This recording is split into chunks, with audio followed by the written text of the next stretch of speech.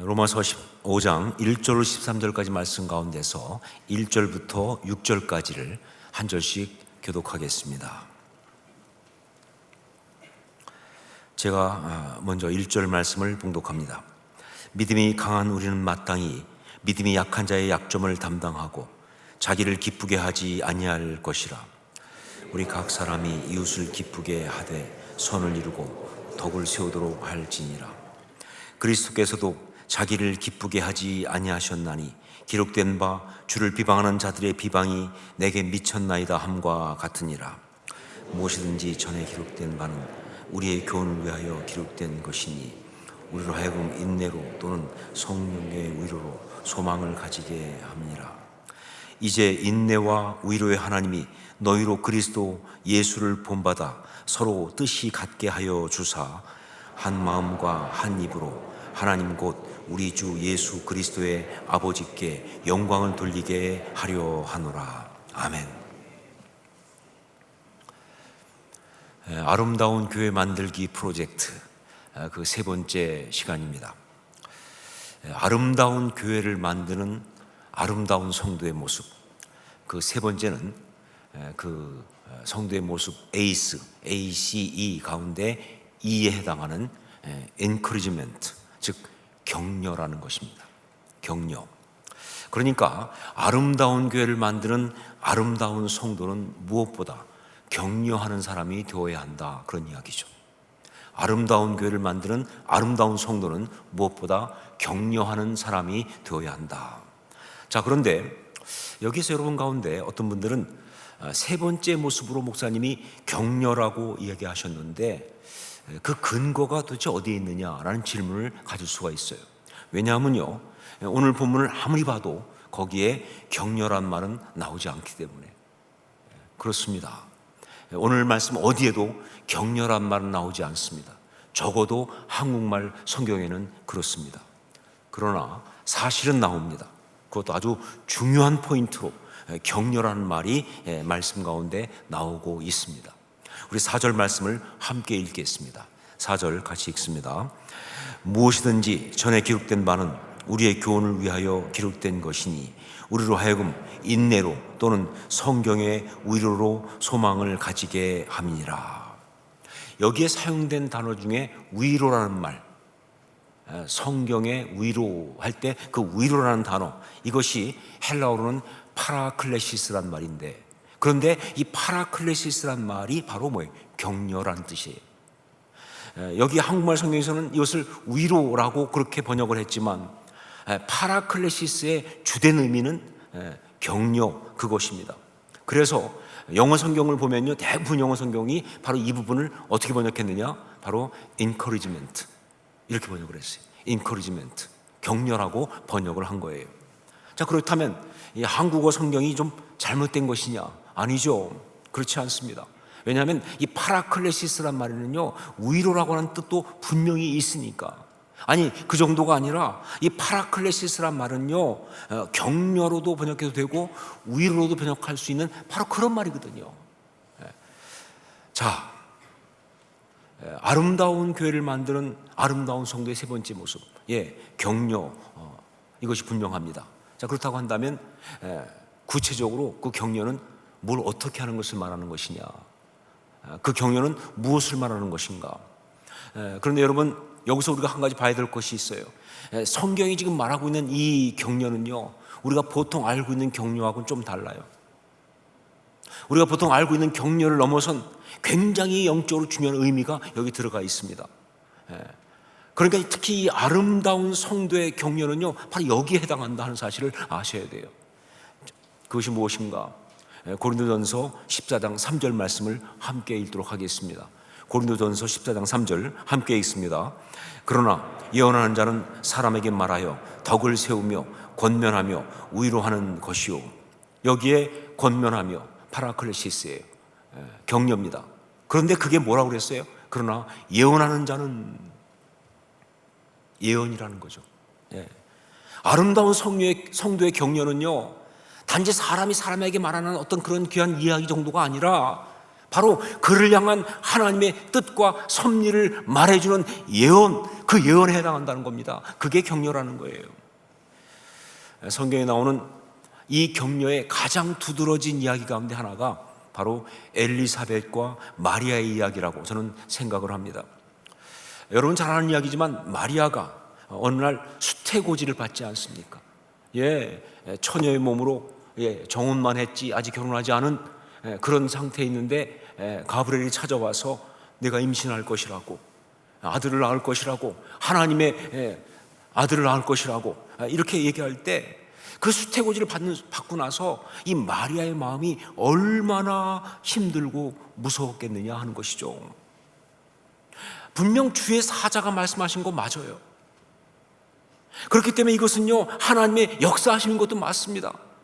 그리고 이런 일이 자기한테 일어난다는 것은 굉장히 영광스러운 것이 또 분명해요. 하지만 그래서 정말 믿음의 사람으로서 주의 여종요원이 말씀대로 내게 이루어지이다라고 순종을 했지만, 그러나 문제는 그래서 이제 자기에게 벌어질 그 일은요 감당할 수가 없는 일이에요. 이제 그래서 자기한테 일어날 그 일은요 정말 너무나 무서운 일이에요.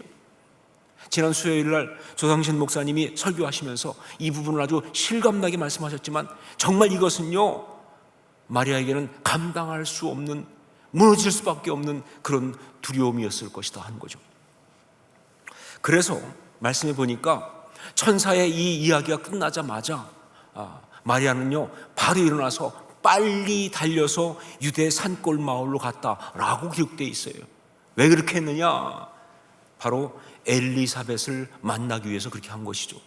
이유가 뭐냐면요, 이 천사가 가브리엘이 예언하면서 뭐라고 그럽니까?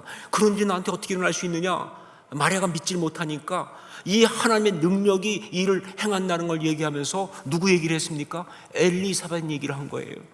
나이가 들어서 아이를 가질 수 없는 엘리사벳이 임신하지 않았느냐? 그걸 얘기했던 얘기를 들었기 때문에, 그래서 정말 그 사실을 확인하기 위해서 빨리 달려서 유대 산골 마을 엘리사벳에게 달려갔다, 그런 이야기예요. 자, 그런데 여러분, 이건 절대로 그냥 궁금해서 확인하려고 그거 아닙니다. 마리아가 이렇게 엘리사벳한테 달려간 것은요 단지 궁금해서 확인하기 위해서 그것이 아니라, 이 두려움 속에서 본능적으로 이 마리아의 영혼이 본능적으로 엘리사벳에게 달려간 거예요. 너무 무섭고 너무 힘들고, 그런데 엘리사벳에게 한테 가면은 무엇인가 어떤 그런 도움을 받을 수 있을 것 같아서, 혼자 감당할 수가 없으니까 그 엘리사벳을 통해서 어떤 도움을 얻기 위해서 본능적으로 달려간 거예요. 자, 그런데 여러분, 이것이 너무나 정확한 성령의 인도하심이었습니다. 어쩌면 천사가 마리아한테 엘리사벳 이야기를 언급한 것은요 처음부터 이런 의도를 가지고 하신 것이 아니었을까 싶을 정도로요. 어떻게 그렇게 말할 수 있느냐? 그것은요 마리아가 그렇게 엘리사벳에게 달려가는 순간, 엘리사벳이 마리아를 만나는 순간 그 엘리사벳 입에서 예언 사역이 시작되었기 때문에 그래요. 그 순간 엘리사벳이 기다렸다는 듯이 예언 사역을 시작했기 때문에 그런 거예요. 누가복음 1장 42절로 45절 말씀 우리 함께 같이 읽도록 하겠습니다. 함께 읽습니다. 큰 소리로 불러 이르되 여자 중에 내가 복이 있으며 내 태중의 아이도 복이 있도다. 내 주의 어머니가 내게 나오니 이 어찌된 일인가? 보라, 내 무난한 소리가 내 귀에 들릴 때에 아이가 내 복중에서 기쁨으로 뛰놀았도다. 주께서 하신 말씀이 반드시 이루어지리라고 믿은 그 여자에게 복이 있도다. 아멘. 제가 이 말씀을 함께 읽자고 강조한 것은 뭐냐면요, 바로 이 예언과 같은 말씀을 우리가 해야 하는 사람이기 때문에 그렇다는 거예요. 그냥 엘리사벳만 이야기가 아니라 이게 바로 우리가 해야 될 말씀이기 때문에 그런 거예요.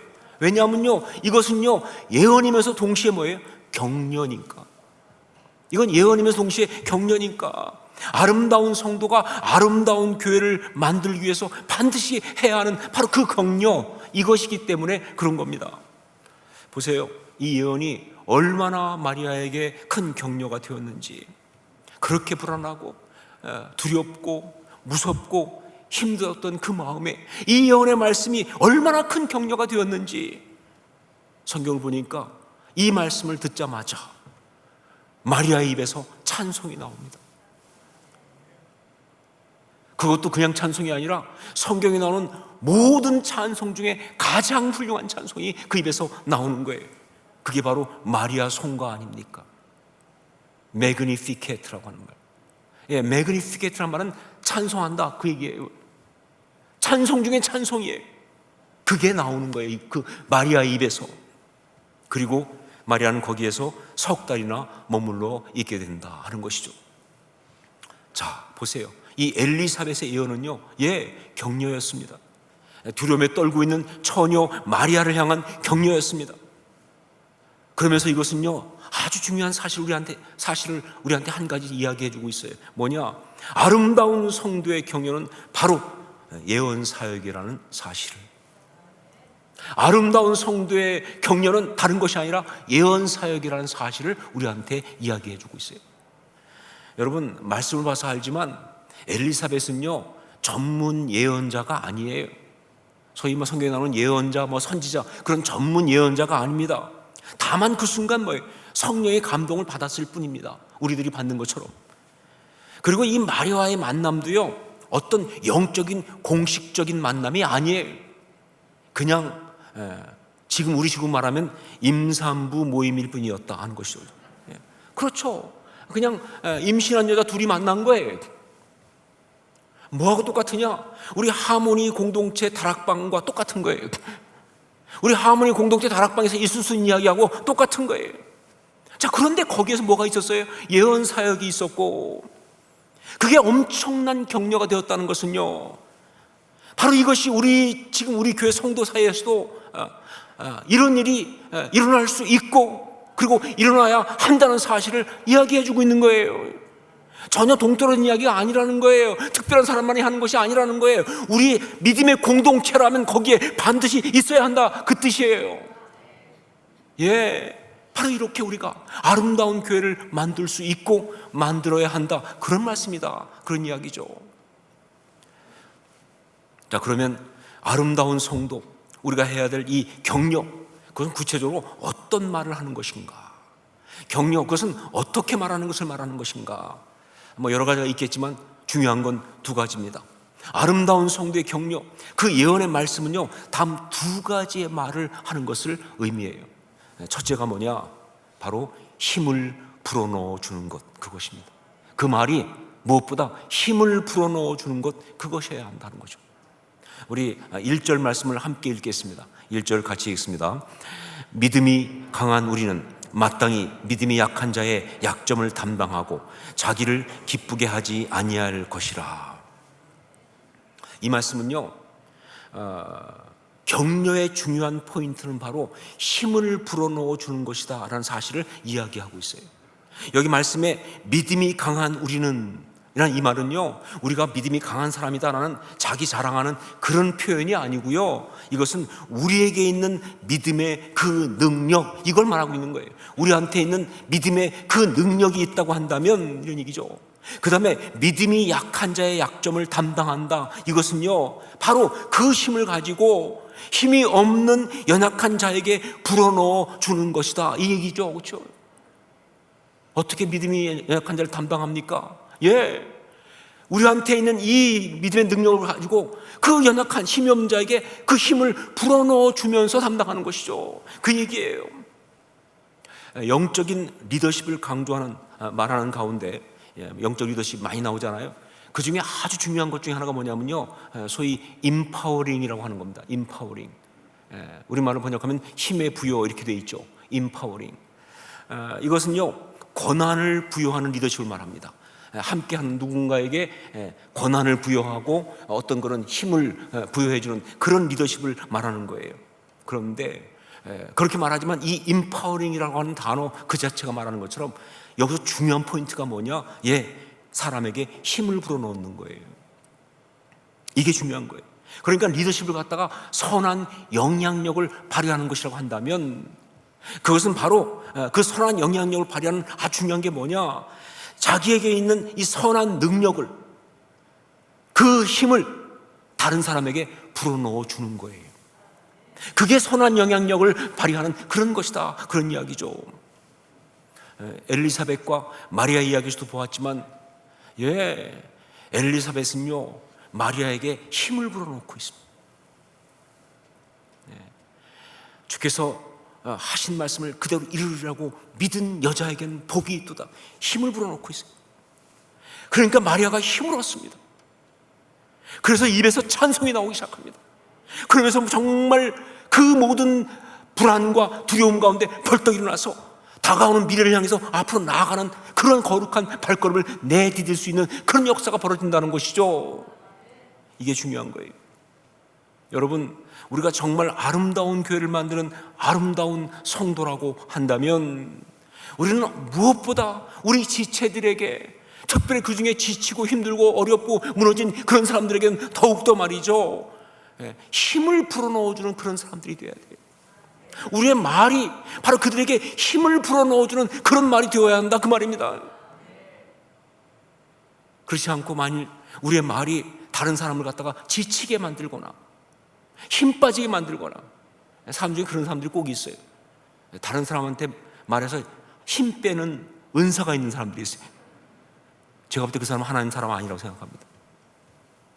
성령의 사람일 수가 없어요.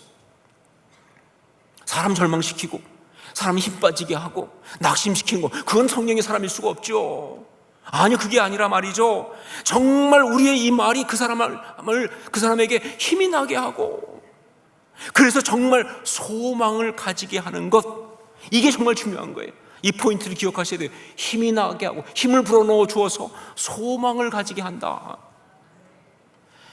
13절 말씀을 함께 읽겠습니다. 13절 같이 읽습니다. 소망의 하나님이 모든 기쁨과 평강을 믿음 안에서 너에게 충만하게 하사 성령의 능력으로 소망이 넘치게 하시기를 원하노라. 이것은 바울 서신에 굉장히 많이 나오는 소위 바울의 축도 같은 것 중에 하나입니다. 바울은 축도를 참 많이 하거든요, 바울 서신에서. 이건 거기에 나오는 바울의 축도와 같은 그런 거예요. 그런데 이것은요, 특별히 어떤 거냐, 그림을 그리고 있는 거예요. 바울이 어떤 그림을 그리고 있어요. 어떤 그림이냐, 아름다운 교회의 그림을 그리면서 축도하고 있어요. 그런데 그가 그린 그림은 뭐냐, 이런 그림입니다. 성도가 성령의 능력을 받아서 그 힘을 다른 지체에게 불어넣어 주니까 그 다른 지체가 소망이 넘치는 그런 삶을 살고 있는 바로 그 공동체, 바로 그런 교회, 이걸 그리고 있는 거예요. 성도가 성령의 능력을 받아서 그 능력을 가지고 다른 지체에게 힘을 불어넣어 주니까 그 지체가 말이죠, 그 어려운 상황 속에서 소망을 가지고 다시 일어서 있는 그 소망이 충만한 그런 공동체 말이죠. 바로 그런 그림을 그리고 있는 거예요. 이게 아름다운 교회라는 것이죠. 아름다운 성도의 격려는요, 무엇보다 선한 힘을 불어넣는 그런 말이라는 사실을 잊지 마세요, 여러분. 이거 잊으시면 안 됩니다. 그러니까 여러분, 이제부터 여러분이 누군가에게 이야기할 때마다 반드시 체크하셔야 돼요. 나의 이 말이 그 사람에게 힘을 불어넣는 것인지 아닌지를 말이죠. 아무리 내 생각에 옳은 말이라 할지라도 힘을 불어넣는 것이 아니라 힘을 빼는 거라고 한다면요, 그거는 절대로 아름다운 성도의 말일 수가 없어요. 우리는 항상 점검해야 돼요. 나의 이 말이 다른 사람에게 힘을 불어넣는 말인지 아닌지, 가장 가까운 사람에게서부터 모든 지체에게 말이죠. 이게 중요한 포인트입니다. 두 번째, 또 하나, 이 격려, 어떤 말을 하는 것이냐, 가치를 세워주는 말, 그것입니다. 가치를 세워주는 말. 힘을 불어넣는 말이라고 한다면 하나가 그러고 한다면 또 하나는 뭐냐, 가치를 세워주는 말, 그것입니다. 2절 말씀을 함께 읽겠습니다. 2절 같이 읽습니다. 우리 각 사람이 이웃을 기쁘게 하되 선을 이루고 덕을 세우도록 할지니라. 우리 각 사람이 이웃을 기쁘게 하되, 무슨 얘기예요? 격려하는 사람이 되라, 그 얘기죠, 그렇죠? 격려가 그거 아닙니까? 이웃을 기쁘게 하되, 모두가 다 격려하는 사람이 되어야 한다라는 그런 말이죠. 그런데 그렇게 격려를 하되 어떻게 격려하느냐라고 격려하는가 하면 선을 이루고 덕을 세우도록. 예, 이 말이 무슨 얘기입니까? 바로 가치를 세워주는 것, 이 얘기하고 있는 거예요. 선을 이루고 덕을 세우도록 가치를 세워주는 것. 다른 것이 아니라 그의 가치를 세워준 걸 통해서 그를 격려한다, 그런 이야기죠. 여러분, 신앙의 삶의 격려는요, 이렇게 말할 수 있어요. 사랑하는 지체가 무너져서 주저앉아 있을 때 그를 잡아 일으켜 세우는 거예요. 그게 격려입니다. 이 신앙의 삶의 격려는요, 사랑하는 지체가 무너졌을 때, 주저앉아 있을 때 그를 다시 일어서도록 그렇게 손을 잡아 일으켜 세우는 바로 그겁니다. 자, 그런데 그때 그를 일으켜 세울 수 있는 최고 중요한 핵심이 뭐냐? 그게 바로 가치예요. 다른 어떤 것도 필요 없어요. 정말 중요한 게 뭐냐? 가치를 다시 세워줘야 돼요.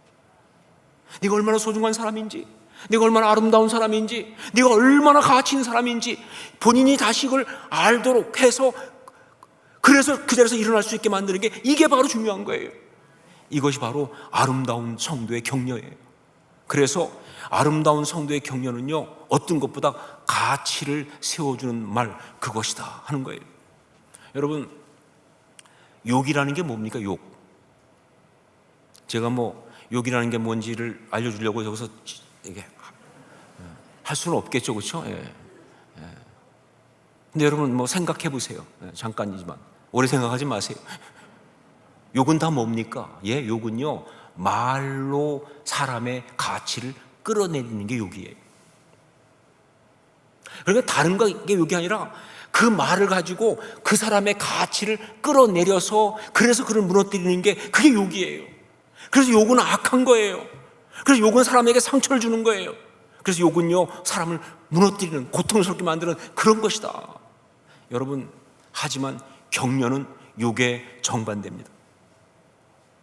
격려는 무엇보다 그의 가치를 높여주어서 그를 다시 세워주는 겁니다. 그래서 정말 그를 기쁘게 하는 거예요. 왜냐하면요, 사람들은요, 가치가 회복될 때 그때가 가장 기쁘거든요. 가장 행복하니까. 제게는 잊을 수 없는 목사님이 한 분 계십니다. 그분은 저의 모교회 목사님이셨어요. 그리고 저한테 세례를 주신 김상도 목사님이라는 분이셨습니다.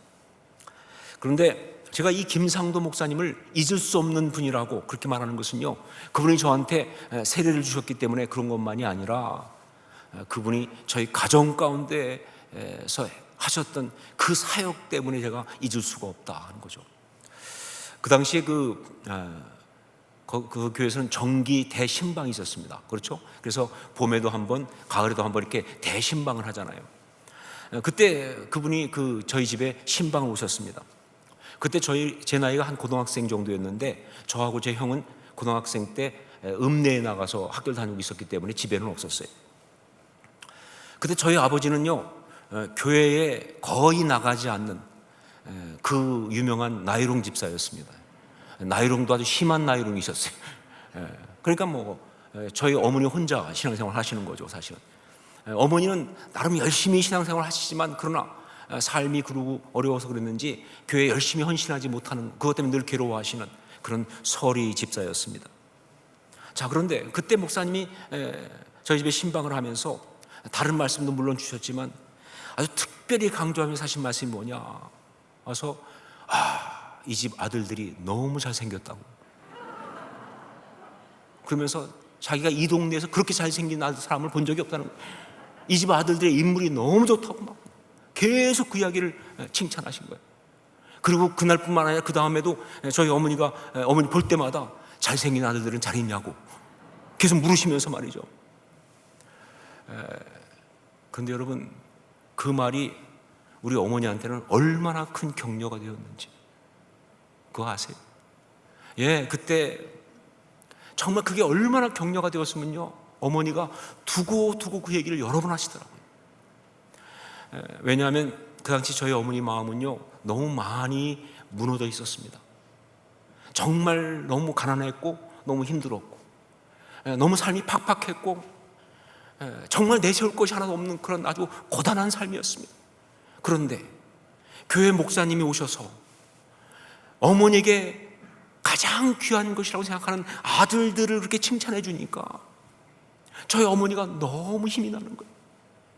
그리고 자존감이 막 올라가신 거예요. 그 아들들 중에 하나가 전데요. 솔직히 그때 제 사진을 보면요, 그렇게 칭찬을 할 만큼 잘생기지는 못했다. 뭐 객관적으로 얘기해서 말이죠, 그렇죠? 그런데 왜 그렇게 목사님은 과하게 칭찬을 하셨을까? 이게 궁금하더라고요. 나중에 제가 깨닫게 된 게 뭐냐, 아마 목사님이 그 집에 와서 뭔가를 격려하고 싶은데 우리 집에 어디 칭찬할 거리가 별로 없으니까. 그런데 이 아들들의 인물을 칭찬하는 건 이건 주관적인 거니까 이건 문제가 없잖아요, 그렇죠? 어차피 그건 주관적인 거니까. 그래서 그렇게 아들들 인물이 좋다고 말씀하신 것이 아닐까. 여러분, 근데 그건 중요하지 않습니다. 그 순간 목사님의 그 칭찬이 딱 필요한 순간에 우리 어머니에게 역사했다는 게 중요한 거예요. 무너져 있는 그 여인을, 그 마음을 이렇게 세웠다는 게 중요한 겁니다. 그게 그런 격려였다는 게 중요한 거예요. 딱 그 순간에 말이죠. 꼭 필요한 순간에. 정말 그래서 우리 어머니를 너무 행복하게 했다는, 이게 정말 중요한 거예요. 저는 그래서 그 후에 제가 목사가 되고 목회를 하면서 저는요, 한 가지 원칙을 갖고 있습니다. 뭐냐? 성도들의 자녀를 보면 무조건 잘생겼다고, 훌륭하다고, 인물 좋다고 그렇게 말하기로. 근데 그렇게 할 수 있어요. 왜냐면요, 진짜 그러니까. 어차피 주관적이라고 말씀드렸잖아요, 그렇죠? 진짜 그러니까. 그리고 무엇보다 그게 바로 제 사명이라고 생각했습니다. 격려하는 것. 이게 나의 미니스트리다. 이게 나의 목회다. 내가 그 사랑을 받았으니까. 여러분, 아름다운 성도의 격려는요, 다른 무엇보다 가치를 세워주는 것입니다. 그것도 어떤 가치냐? 하나님 앞에서 그가 가진 흔들리지 않는 그 가치를 세워주는 거예요. 하나님의 자녀의 가치, 이건 안 흔들리잖아요. 하나님의 자녀의 가치, 하나님을 찬양하고 예배할 수 있는 가치, 어떤 상황이고 하나님을 찬양하고 예배할 수 있는 가치, 그리고 무엇보다 하나님이 그를 정말 사랑하신다는 그 가치, 하나님이 그를 정말 사랑하신다는 그 가치, 이것을 세워주는 거예요. 하나님이 그렇게 축복해 주신 그 가치, 그것을 찾아내어서 말해주는 것, 이것이 바로 아름다운 교회를 만드는 아름다운 성도의 격려입니다. 아름다운 교회 만들기 프로젝트 3가지를 말씀드렸습니다. 아름다운 성도의 에이스, 그것인 받아들임, acceptance, 배려, consideration, 그리고 격려, encouragement. 자, 여러분, 이게 바로 우리 모습이에요. 이것이 바로 우리 교회의 정서가 되어야 합니다. 자, 그 가운데 특히 3번째인 이 격려, 이건 우리한테 이렇게 말하고 있습니다. 이것이 바로 너의 입술의 언어다라고. 예, 여러분과 저의 입술에 있는 언어는 바로 격려해야 합니다. 사랑하는 지체를 향하여 성령의 그 타이밍을 놓치지 말고 반드시 온전히 필요할 때 꼭 나가는 그런 예언의 말씀. 이게 바로 우리 입술에 있어야 될 언어예요. 격려. 여러분, 우리 이 호산나 교회를 정말 아름다운 교회로 만듭시다. 이미 아름다운 교회인 거 맞아요. 하지만 더 아름다운 교회가 되게 해야 합니다. 멈출 수 없어요. 그렇기 위해서 우리 모두가 다 정말 아름다운 성도가 되실 수 있기를 주의 이름으로 축원합니다. 무엇보다 우리 모두의 입술이 격려하는 예언자의 입술이 될 수 있기를 주의 이름으로 축원합니다. 기도하겠습니다.